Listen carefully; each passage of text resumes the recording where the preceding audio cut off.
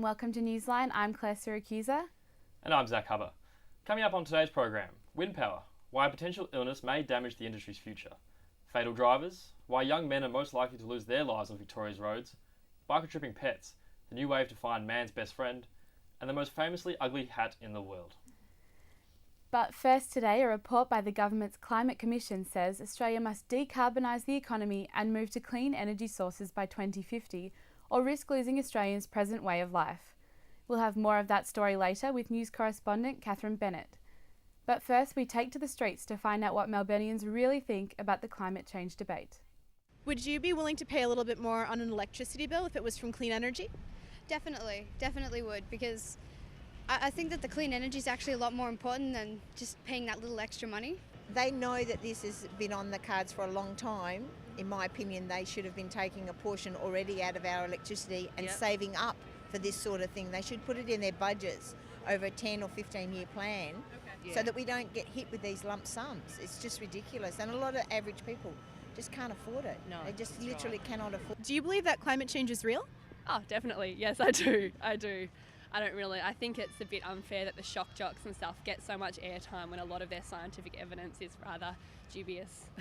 No, actually, one of those people that don't believe in climate change. I just think it's the world's just going through another cycle, like the Stone Age, the Ice Age, and it's just going to be the global warming age. So I just think that, the world's just going through a cycle. I'm not saying that we're not contributing to it, but I just think that it's just another thing that the world's doing. I don't think we should even be discussing that because that was over 10 years ago. Let's move on to what to do about it. If there was one thing you could tell the government to do about this issue, what would you tell them? Actually pull their fingers out and do something. Anything would be nice. Anything at all would be great. It'd be fantastic. Yeah, look past the next election basically is what I would say. Don't just try and get re-elected because we're sick of that. We want you to look, say you don't stay in Parliament, what's going to be your legacy? Nobody's doing enough because of, money. Nobody's doing that enough. They want to make more, that's all. Thanks to Jesse and Adrian for that. And now, a Senate inquiry instigated by Family First Senator Steve Fielding could derail the future of wind power in Australia. The so-called wind turbine syndrome is the unproven medical condition at the centre of the inquiry. Wind-powered energy is central to Australia's commitment to the Renewable Energy Target Scheme. Greta Bowyer reports on how the turbines are affecting residents. Wind. It's all around us, a readily harnessed form of sustainable energy with zero carbon emissions. Accessible, easily processed and never depleted.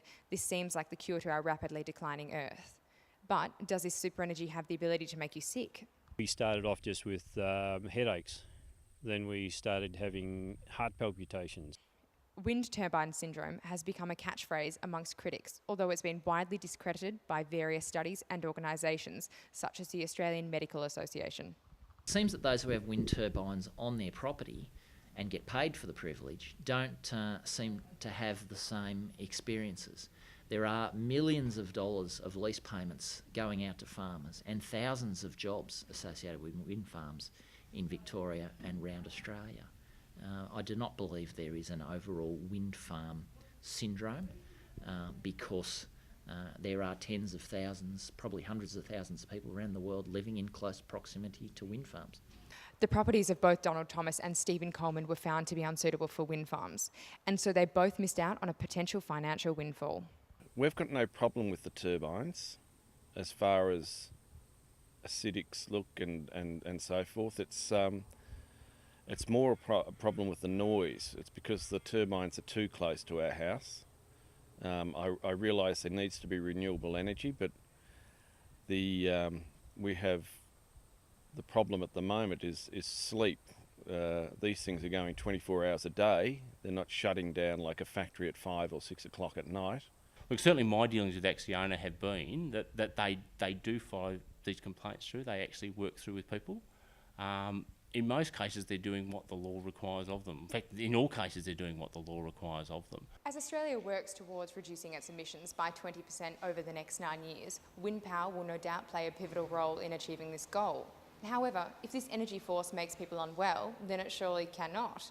But after numerous industry, peer and independently reviewed sources, there is still no proof that subaudible sound, noise or vibration can cause illness. As humans, we live in a world of noise, and there's nothing amazing about the noise from wind farms. It's like all other noise. The main way that wind farm or any other noise would affect you is if you couldn't get a good night's sleep.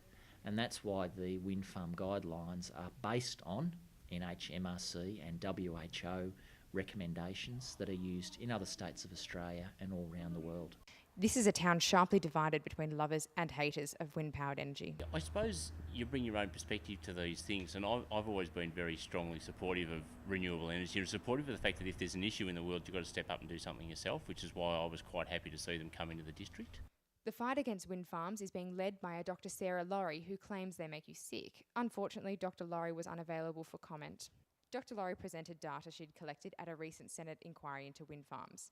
She alleged that her research consistently showed that while the turbines spun, people's blood pressure increased. Now, Dr. Sarah Laurie has continued to use what she is calling evidence of a link between blood pressure and the operation of wind turbines when, again, an expert in the field, someone who is a recognised researcher, which Dr. Sarah Laurie herself freely admits she is not, did a very simple tabulation and found that, in fact, the blood pressure of those subjects she was referring to was lower when the wind turbines were operating.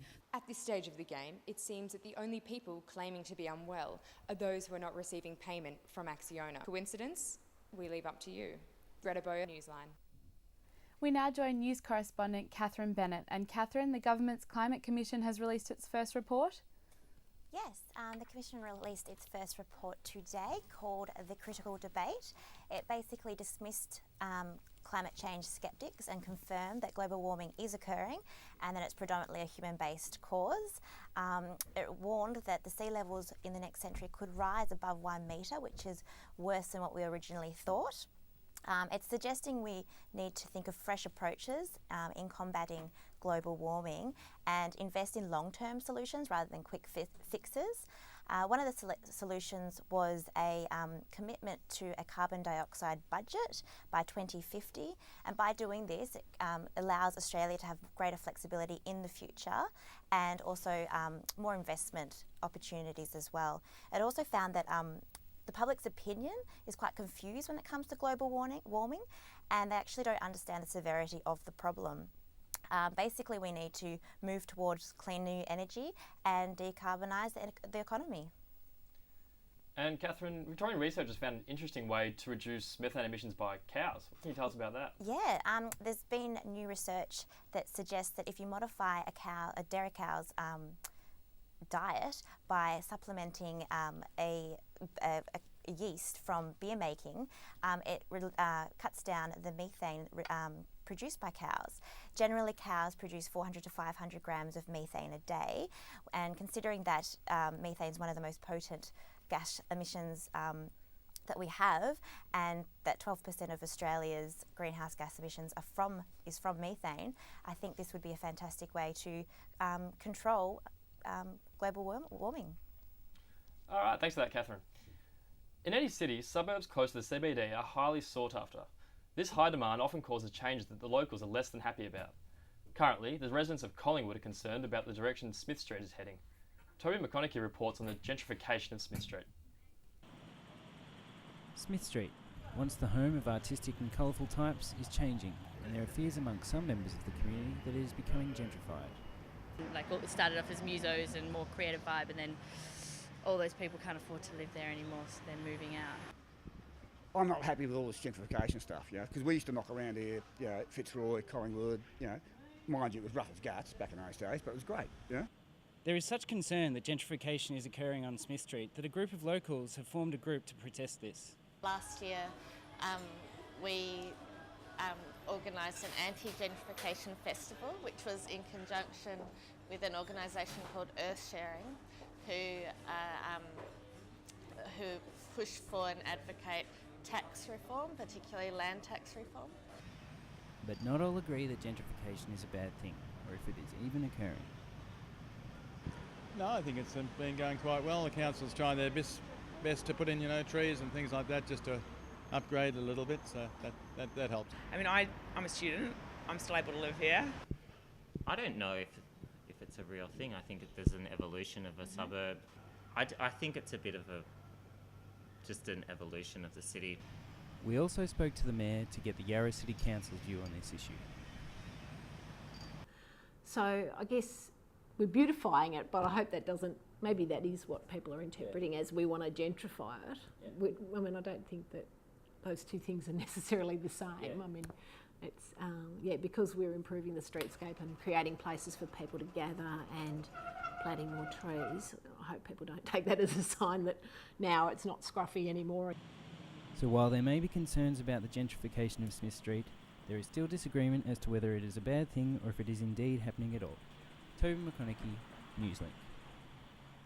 Thanks, Toby. Still to come on Newsline, business, sport, weather and hoon drivers on our roads. Why are young men putting their lives at risk?